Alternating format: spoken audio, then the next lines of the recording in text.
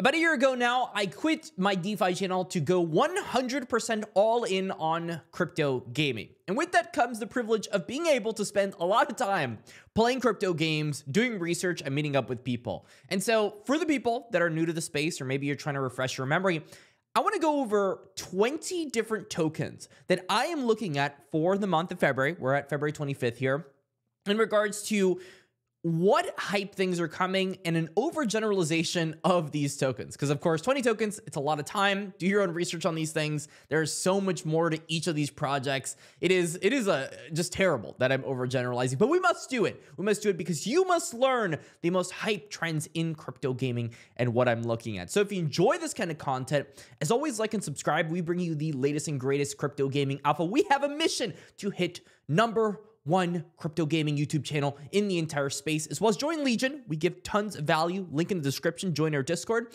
and let's get right into the video with the first one being Echelon Prime. Now, Echelon Prime is made by the Echelon Prime Foundation. Funny enough, right? They have two games. They've got Parallel, which is already out. It's a trading card game, as well as Colony, which is an AI game. Here's why I'm really hyped. Think about trading card games. Very easy crypto gaming use case. We love trading card games because cards traded makes a lot of sense. It's something that everybody's used for the longest of time with Magic the Gathering, Yu-Gi-Oh, Pokemon, all these different games. Combine that with a new narrative. AI has been very hot right now. Colony is going to be very big for Echelon Prime. They're very crypto focused, and so there's a good reason why this token's pretty much been up only. This is a token that has a pretty big fully diluted valuation. You're going to notice a lot of the newer crypto gaming coins have pretty absurd circulating supply ratios. I mean, 23% is nothing in comparison to what it could be. That's always why you should do research on vesting unlocks. That's when these tokens end up unlocking for the many different reasons. And, you combine that with the fact that these narratives are still really hot. I think a $300 million market cap, still very low. Combine it with everything that's happening with AI, it's going to be a very, very spicy couple of months for Echelon Prime. Now, Seedify is the next one. We have worked with Seedify before. They're the top crypto gaming launchpad. These guys have a $219 million market cap, pretty low, $376 million fully diluted. They've been around for a very long time. Why I'm bullish, simply put, being the largest crypto gaming launchpad, they're going to be getting a lot of games. A lot of the top games are going to be wanting to launch on Seedify. It's going to bring value towards Seedify. Unfortunately, for the people over in the US, you're not going to be able to stake your Seedify fund, but that's kind of how life rolls. Sometimes you don't get the lucky end of the stick. For everyone else, Seedify is a prime position for that. Next one is Myria. Myria is an indie game studio. They've got a metric ton building under their layer 2 ecosystem. It is think about Gala, but think about it with a bunch of indie games. That is essentially what it is, the TLDR of it all. They've got their own crypto gaming node ecosystem. You can go ahead and earn some Myria node rewards. I've got my own nodes. You know how much I love nodes. It's hard not to be bullish on Myria. They had a tough start when they launched their token during the bear market, but the second that the market kicked up, they just went full moon boy mode. They're at a $183 million market cap with $554 million fully diluted. I think it's pretty reasonable for a crypto gaming node ecosystem. Just to me, it seems undervalued. They've got a Cricket game coming up. You can see it in the front of their game here, 360 Cricket. Cricket is massive, and so I'm expecting that to be big for them. Next one is Delysium. It's a lot like Echelon Prime in the sense that they have an AI component to them. You look at their website, you look at Delysium, it's an AI-powered open world MMORPG. You've got different components. It's an AI open world framework where you can create your own AI twins with AI everywhere. So if you're bullish on the AI narrative, if you're bullish on crypto gaming, then you're going to be bullish on Delysium. I mean, I look at the price action on this thing when it comes up. It's pretty much up only as well. AI is extremely hot, so do your own due diligence because this thing has already ran up a heck of a lot. It has so much volume. I mean, look at the beauty of the volume here. But if you're trying to get into AI, Delysium is going to be one of the top plays there. Do not sleep on it. Next one is Wilder World. So Wilder World, Also, you know, open world game. They've got a racing component that is pretty much ready to go. You could see some of the gameplay here on their website. I think the racing component, it's pretty fleshed out. Obviously, you know, they've been building throughout the entire bear market. They have tens of millions of dollars raised with only a $99 million market cap. I'm suspecting the marketing machine is going to go burr, you know, and when the things go burr, then we all know what happens to the chart. So I'm looking at Wilderworld is one of those plays that were a little bit more undervalued during this bear cycle, didn't really get the love because they were just building the game the entire time. And now that we're getting to the point where these crypto games are going to want to start marketing, Wilderworld is going to get there very quick.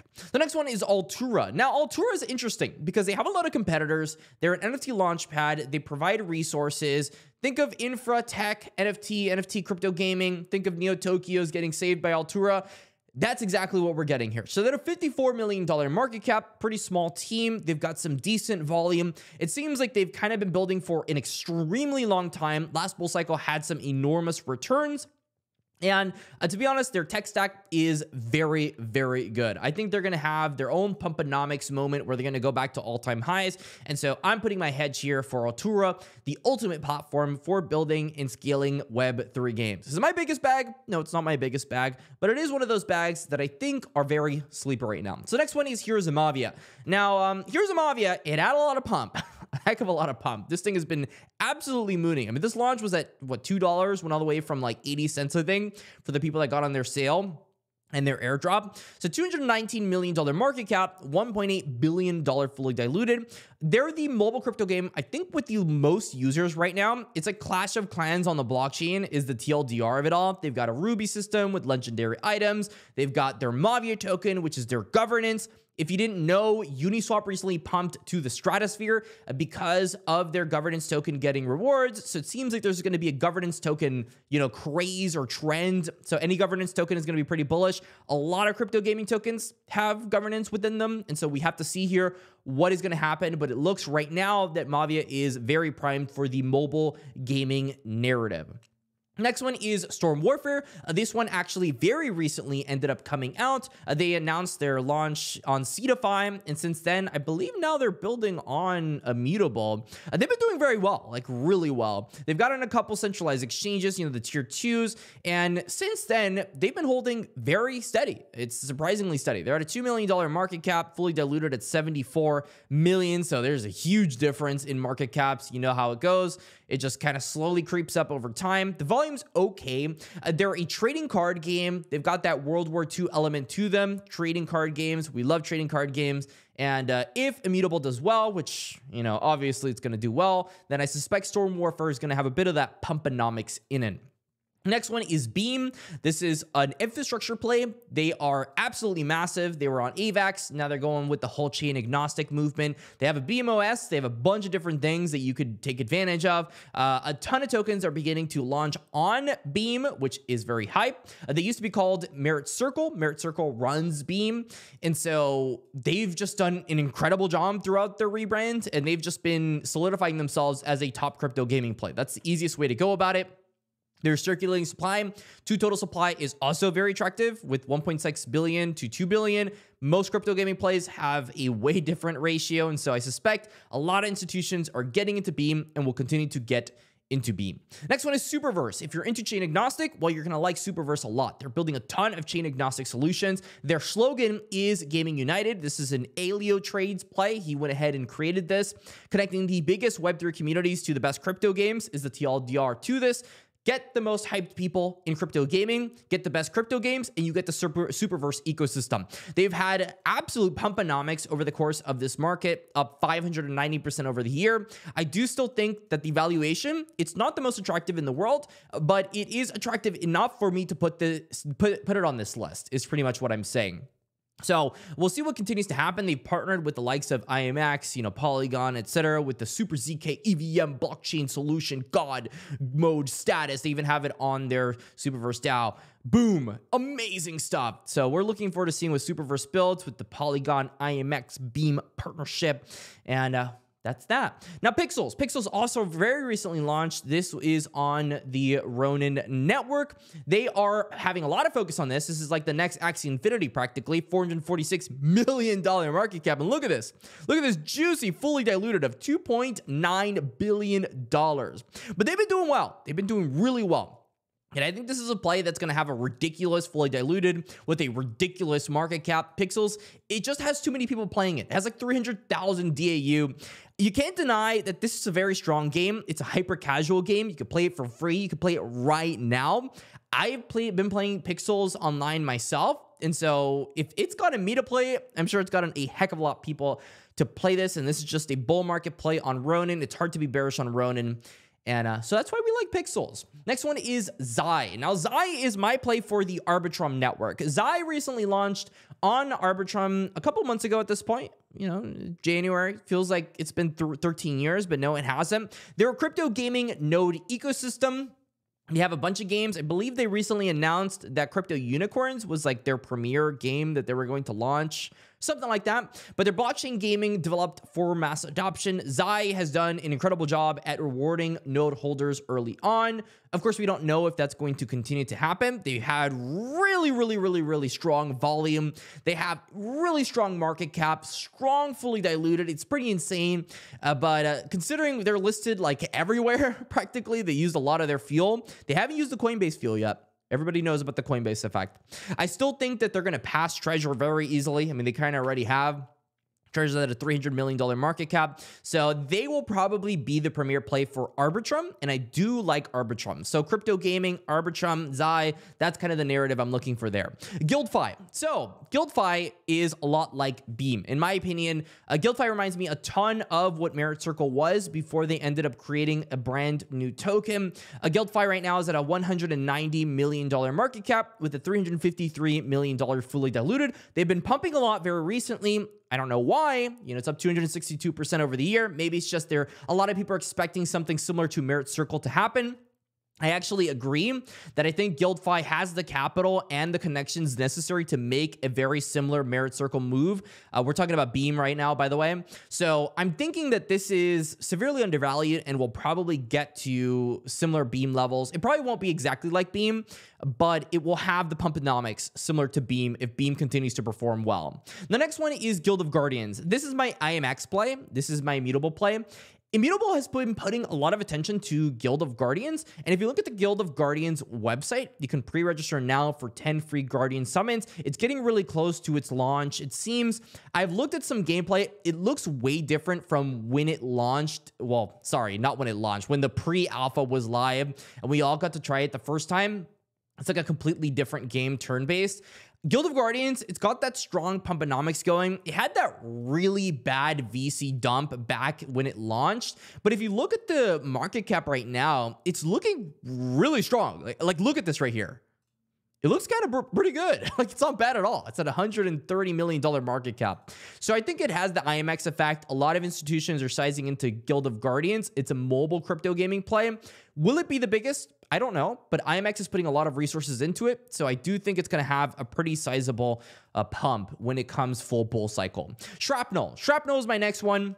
Shrapnel, I don't really need to say why. Shrapnel, it's the biggest game on Avalanche pretty much. It's an FPS game. They recently had a $100,000 competition, so you know they're strapped for cash. They've got a ton of cash.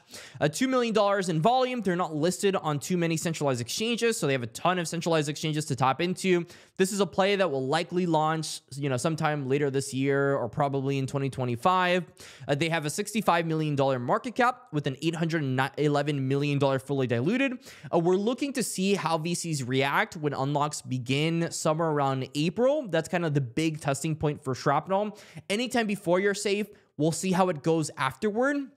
But I do think Shrapnel right now, where it's valued, is pretty ridiculous. And I'm sure the only reason that it's there is because people are suspecting that there are going to be huge dumps in April, which I'm sure a lot of VCs are up a lot in their cash, so they probably will dump.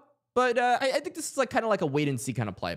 So Cornucopia is. So Cornucopia, it's right now at a $56 million market cap, $254 million fully diluted market cap. Had a huge pump leading into their node sale over at Cardano. Now I think they're having it over in Ethereum as well. But this is another metaverse play, metaverse slash MMORPG. They say they're an MMORPG. I would kind of agree. I think it's more of an MMO.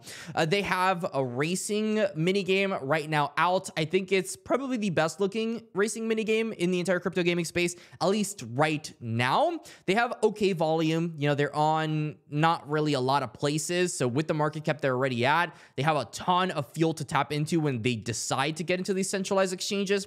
They've got a decent circulating supply. It's okay.